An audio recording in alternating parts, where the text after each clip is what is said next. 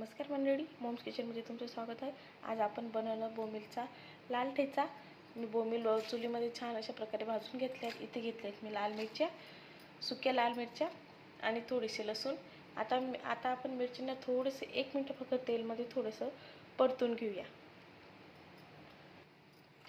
हे बघा, मी इथे कढई ठेवली, कढईमध्ये लाल मिरच्या टाकते। याच्यात फक्त थोडंसं तेल घालत आहे, जास्त नाही, फक्त थोडंसं। आणि फक्त 1 मिनिट चांगलं परतून घेऊया, फक्त मंद आचेवर।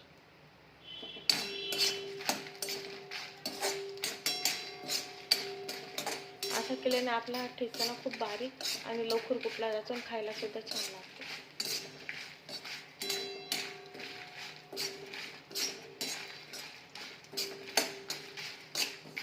तिला फक्त आपल्याला थोडंसं गरमच करायचं।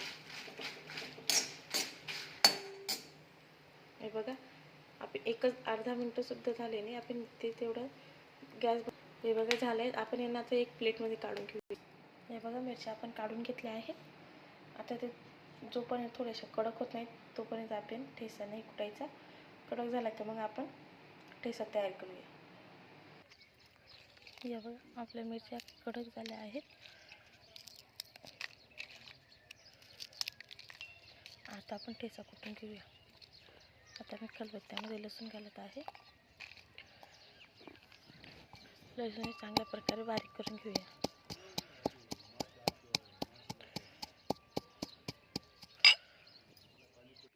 लसूण आणि मीठ चांगलं बारीक झाले आहे। आपण आता त्याच्यात मिरच्या घालूया।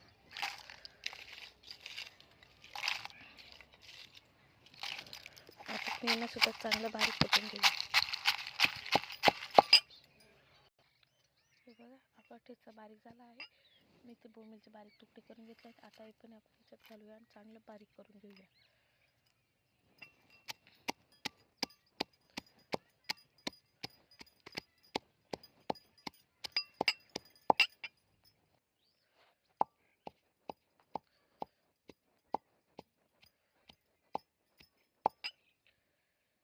आपला ठेचा बारीक झाला आहे। आता आपण याला एका प्लेटमध्ये काढून घेऊया। हे बघा, आपला ठेचा छान अशा प्रकारे तयार झाला आहे। हे बघा, आपला असा ठेचा तयार झाला आहे।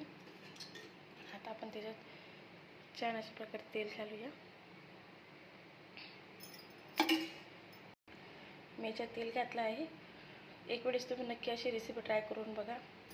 रेसिपी आवडल्यास चॅनलला लाईक, सबस्क्राईब आणि शेअर करा। बाय।